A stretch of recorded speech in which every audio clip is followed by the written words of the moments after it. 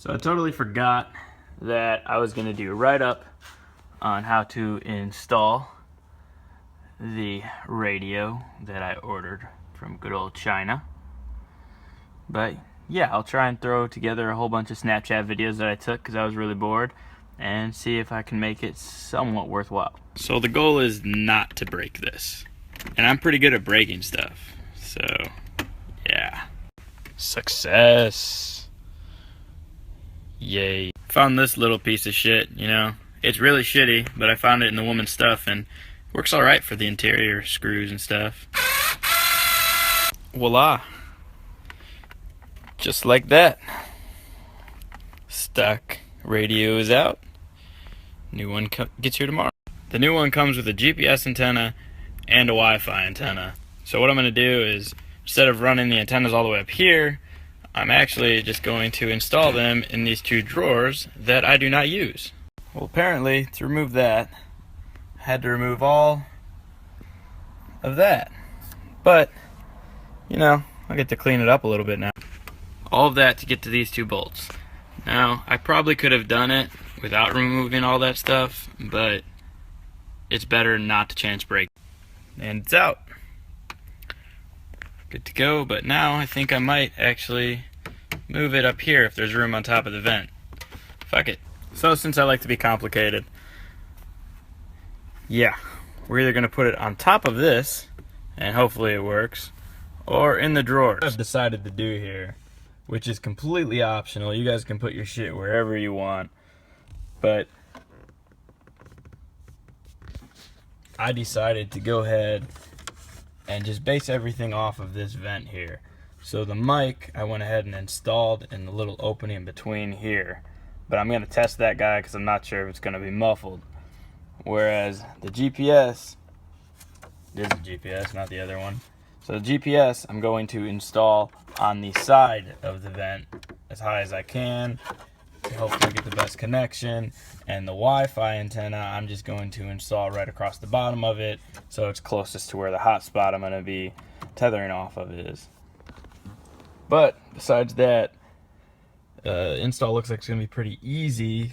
It's just figuring out where you want to run everything, and that is completely up to you, and I'm not going to take responsibility for anybody's decisions because I am no guru when it comes to electronics. If it looks like a nightmare at the moment, that's because it is, but it's deceiving. Just kind of mocked everything up here, connected everything, so I can do a function check on it before I get too far and something's not working right. So I'm going to go ahead and hook it up and see how it works. Well, here it goes.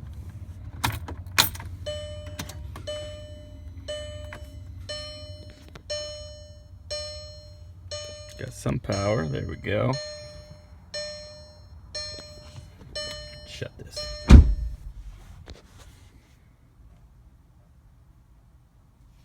Bam.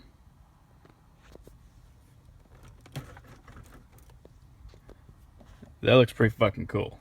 Let's do a little check of the radio since everybody seems to complain about the antennas. I'm in a garage in the mountains.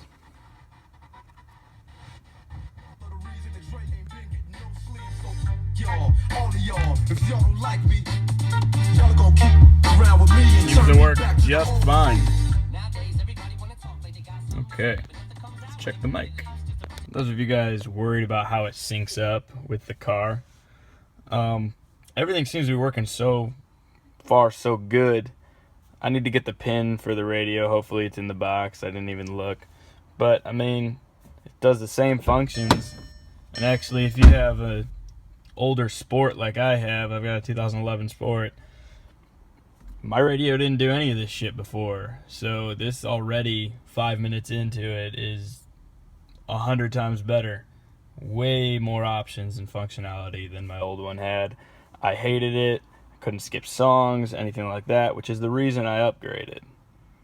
So yeah, well, I can't show you because every time I click to take the video it automatically shuts off, but one of the main reasons I got this is because I got so sick and tired of not being able to skip songs by just clicking a button. You know, I couldn't use my steering wheel controls to skip songs or anything like that if I was running like Spotify or Pandora. It wasn't an option for my car. Already, this thing shows me that it can do all that, which is a lot better. Now, I know I skipped a ton of steps, but not really. All you have to do is attach the wires in the back as they are labeled. It's very, very fucking simple. So if you can't figure that out, you probably shouldn't be working on a car at all. Anyways, the hardest part that I had installing the thing is getting the wires to tuck behind it. You just got to keep messing around with it. I actually ended up bringing the big guy up above it because he was always in the way.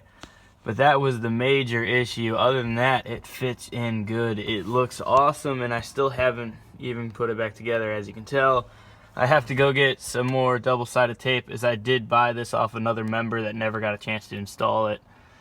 So that's kind of where it went to. I'm going to get some double-sided tape for the mic and some more for the Wi-Fi antenna. GPS, I actually moved and put it on a little platform that's hiding behind here so it won't get in the way. Like I said, all that stuff just comes down to how you want to wire it. I am not going to suggest where the best spot is. I did function test the mic behind the vent in the little center of it here. You know, it sits up right there. So, and it seemed to work pretty good, but you know, I haven't tested it while driving, and I don't really care about it. So an update on this, I actually moved the big fucking plug all the way down here, tucked behind it, because it was getting in the way of these annoying ass drawers. So that's it. Again, the hardest part is the wiring. Now all it's left to do is push everything back in place, and it is good to go. Took a break for dinner, and the woman is watching stuff about pumping milk out of boobs and baby. Thought you all would want to know that. When it comes to using it, the touchscreen is extremely responsive. You know, it's just a freaking tablet, you know? It works very well. The Bluetooth works extremely well. It automatically syncs to my hotspot when I get in the car. All the functionalities are there. It comes with the speed test, your maps. Loads right up. I'm gonna have to blur that out though. I mean, it all seems to work really good. You just click on to here. Try not to look up too much porn in your car. You just go there. It comes set for you to find a background for it.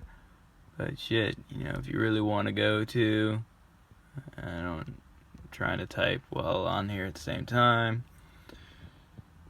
Bam. Facebook, go to all, Facebook. There you go. I'm not really used to using an Android, so that's why I kind of look like shit, because I haven't had an Android phone in a few years. But, you know, that's pretty much it. This thing is awesome, in all honesty. Well worth the price it's at. And I'll probably do an updated review eventually.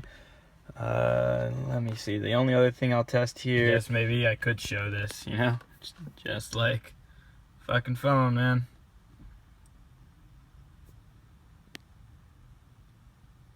Pandora's loading up. Works very well. Just gonna test the steering wheel controls.